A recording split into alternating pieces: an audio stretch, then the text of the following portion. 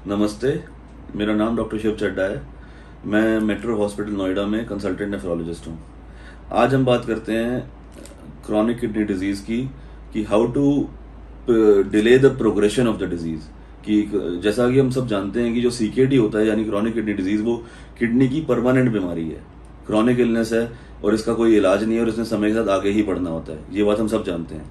तो हम as nephrologist हम पेशेंट को गाइड क्या कर सकते हैं?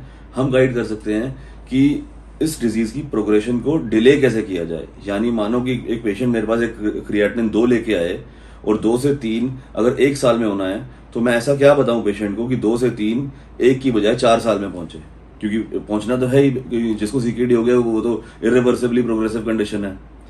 तो अब हम बात करते हैं कि इसकी प्रोग्रेशन को डिले करने के तरीके क्या क्या होते हैं। सबसे पहला इंपॉर्टेंट तरीका होता है शुगर कंट्रोल। शुगर यानी डायबिटीज, जैसे हम जानते हैं कि किडनी का सबसे बड़ा दुश्मन है। Diabetic kidney disease is the leading cause of kidney disease in the world.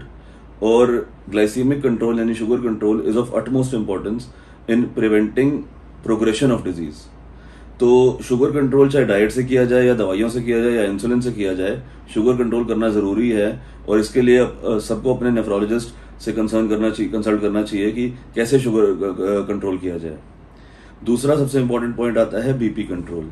जैसा कि हम जानते हैं कि किडनी के पेशेंट्स में बीपी बढ़ता है और बीपी के पेशेंट्स में किडनी रिस्क पे होती है। ये एक विशियस साइकिल होता है। जो सीकेडी पेशेंट्स होते हैं उनका बीपी कंट्रोल नहीं होता और जो अनकंट्रोल्ड हाइपरटेंसिव होते हैं उनका सीकेडी की प्रोग्रेशन बड़ी जल्दी होती है, क्रिएटिनिन तेजी से बढ़ता चला जाता है। क्योंकि जो बीपी जब बढ़ता है तो वो किडनी के माइक्रो वेसल्स को डैमेज करता है और किडनी के जब माइक्रो वेसल्स डैमेज होते हैं तो किडनी तक ब्लड सप्लाई पहुंचता नहीं है और किडनी के सेल्स मरना शुरू हो जाते हैं।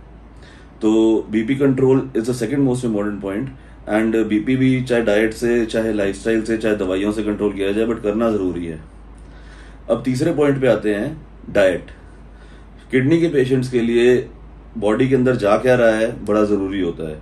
तो किडनी के पेशेंट्स को low salt, moderate to low protein, moderate to low potassium, low phosphorus diet consume करना होता है। और जो किडनी के पेशेंट साथ में डायबिटिक भी होते हैं, उनको डायबिटिक डाइट भी कंज्यूम करना होता है।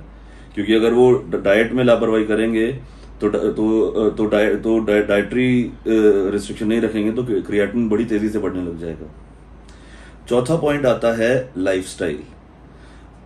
हर किडनी के मरीज को या फॉर दैट मैटर हर किसी भी क्रॉनिक इलनेस के पेशेंट को या जनरल पॉपुलेशन को भी एक हेल्दी लाइफस्टाइल मेंटेन करना होता है। हेल्दी लाइफस्टाइल में क्या आता है? एक optimum weight, optimum BMI body mass index, regular sleep wake cycle, time से सोना, टाइम से उठना, फिजिकल एक्टिविटी, सेडेंटरी लाइफस्टाइल नहीं होना चाहिए। और सबसे इंपॉर्टेंट एडिक्शंस, अल्कोहल और स्मोकिंग बिल्कुल अवॉइड करनी चाहिए। कोई भी एडिक्शन किसी भी तरह की ना हो तो ये किडनी के डिजीज की प्रोग्रेशन के लिए बहुत अच्छा है। क्योंकि स्मोकिंग खासकर बहुत जल्दी किडनी डैमेज को प्रोग्रेस करा देती है और अल्कोहल भी कराता है साथ ही साथ में। अगले हम पॉइंट पे आते हैं, दवाइयां। अब कुछ दवाइयां हैं जो किडनी के लिए बहुत हानिकारक होती हैं, जैसे pain killers, over the counter pain killers जो होते हैं वो किडनी के मरीजों को बिल्कुल नहीं लेने चाहिए। और अगर जनरल पॉपुलेशन भी उनको कंज्यूम कर रही है तो एक लिमिट में करना चाहिए।